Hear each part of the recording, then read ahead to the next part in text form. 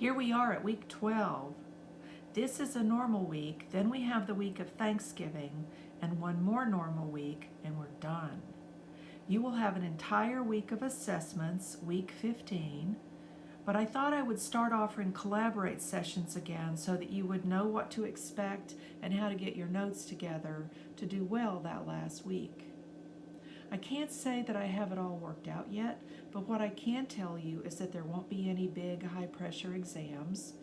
I'm shooting for about 150 points for that final week. I want to give you 5 different activities, and each activity will count for about 30 points. No new content will be posted for week 15, and you'll have the whole week to do the assessments. If you want to know more, you can come to one of the Collaborate meetings scheduled for this week. Monday from 6 to 7 p.m., Thursday morning from 10 to 11 a.m., and Saturday from 11 to 12 noon. I want you to have as much information as possible going into Thanksgiving week. If your schedule is different, maybe you have a day off, and you have some spare time, you can use it to get ready. Okay, would you like to hear what's coming this week?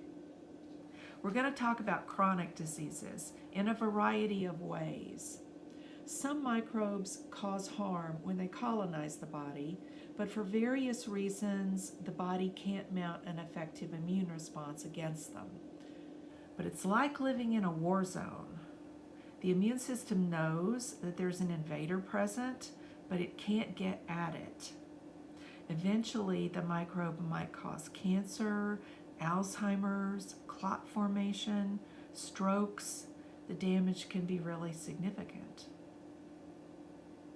Our notable scientist this week, Barry Marshall, is a hero in this area. He discovered that Helicobacter pylori is one of those chronic infections that might ultimately cause gastric ulcers and even stomach cancer. He turned a chronic disease that no one thought was curable into something that could be eliminated. And it opened the door for all sorts of other investigations into chronic diseases and whether there was an underlying microbial cause.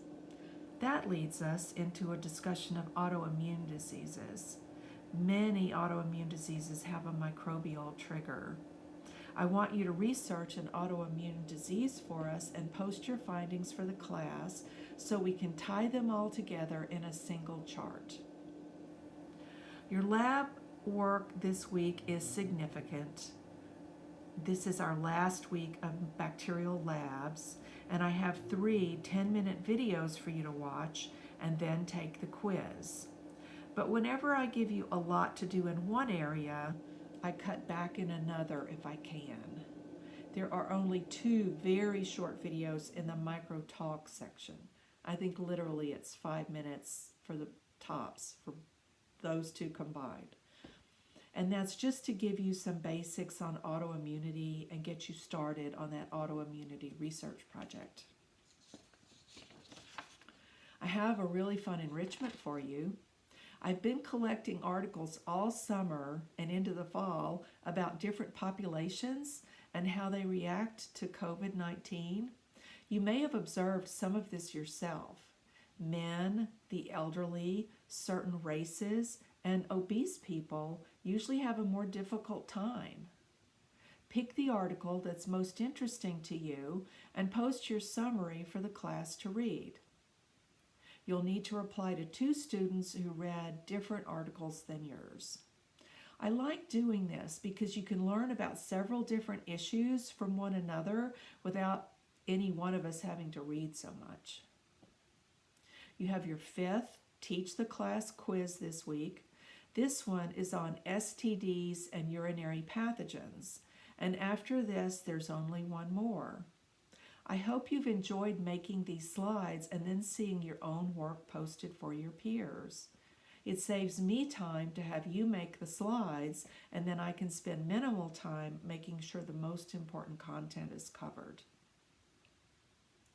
Remember that you can always email me if you want to set up a private conversation about how you're doing or for advising, or if you're just missing a little human contact.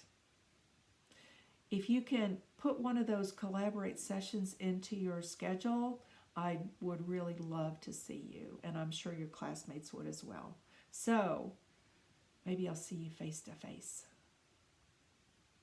Have a great week, everybody.